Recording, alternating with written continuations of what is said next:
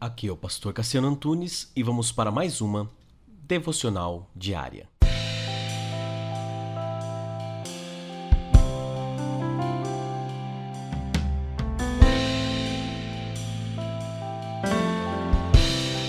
Ele não está aqui, ele ressuscitou, como tinha dito. Venham e vejam o lugar onde ele jazia. Vão depressa e digam aos discípulos dele: ele ressuscitou dentre os mortos e está indo adiante de vocês para Galiléia. Lá vocês o verão. Notem que eu já os avisei. Mateus 28, 6 e 7.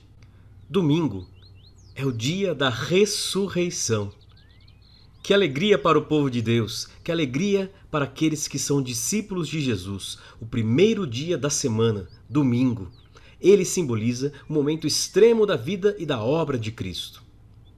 O apóstolo Paulo, ele tem em suas palavras algo muito interessante. Se Cristo não ressuscitou, é vã a vossa fé e inútil a vossa pregação. Se Cristo não ressuscitou, cremos num mito, isto é, uma narrativa construída com significados espirituais e morais verdadeiros, mas que pode ou não ser considerada um fato histórico. Mas o Evangelho de Deus afirma que Jesus Cristo ressuscitou de fato. A palavra do anjo às mulheres não é outra senão a que deve ser pronunciada às pessoas que se deparam com aquilo que é transcendental. Não tenham medo, ele ressuscitou. Isso você pode ler na sequência ali do texto de Mateus 28. A partir daquele domingo, então, os apóstolos anunciam a ressurreição de Jesus Cristo. Isso não era estranho para as culturas e tradições da época, que alguém, por exemplo, fosse considerado filho de Deus, como o imperador César Augusto, por exemplo. Também não era estranho um império que se sustentava por opressão, por injustiça, condenando e sacrificando inocentes, como fez com Cristo Jesus. Mas o extraordinário nessa biografia maravilhosa de Cristo é a sua ressurreição, pois não obedece a uma lógica simplesmente humana, obedece a uma lógica que amarra a narrativa bíblica de ponta a ponta. Isso aqui sim é importante. A Bíblia ensina, por exemplo, que o salário do pecado é a morte, ou melhor, a consequência do pecado é a morte. A ressurreição significa que a morte não teve o poder de reter a Cristo. Isso significa que ele não tinha nenhum pecado, portanto, não podia receber o salário de algo que ele não fez, uma consequência do que ele não fez, isto é, sofrer essas consequências. Deus ele declara, por meio da ressurreição de Cristo, o seguinte: vocês mataram um inocente. Agora, eu, o Deus Criador, o Todo-Poderoso do céu e da terra, trago esse inocente de volta para a vida, pois a morte não tem nenhum direito sobre ele, o nosso Cristo. A ressurreição de Jesus, então, é essa pedra fundamental da nossa fé.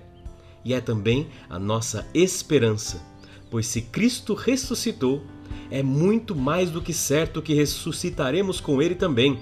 Eis a essência da salvação em Cristo, a vitória sobre a morte. Quem não tem Cristo não sobrevive ao túmulo, mas eu e você, que cremos no amor vivo, Cristo, o Filho do Deus vivo, nós vamos viver por toda a eternidade. Não passaremos pela morte juntamente com Ele. E essa também deve ser a nossa oração por aqueles que ainda não o conhecem. Vamos orar? Vamos orar agora por aqueles que ainda não conhecem a maravilha da ressurreição. Senhor Deus e Pai, em nome de Jesus, eu entrego a Ti vidas, ó Pai, que necessitam de conhecer a Tua vontade e o Teu amor. E reconhecer que Cristo é o Senhor, Rei dos Reis, ressuscitado dentre os mortos. Toca nos corações, visite pessoas que ainda não creem, para que a morte seja transformada em vida. Essa é a minha oração, em nome do Senhor Jesus. Amém e amém.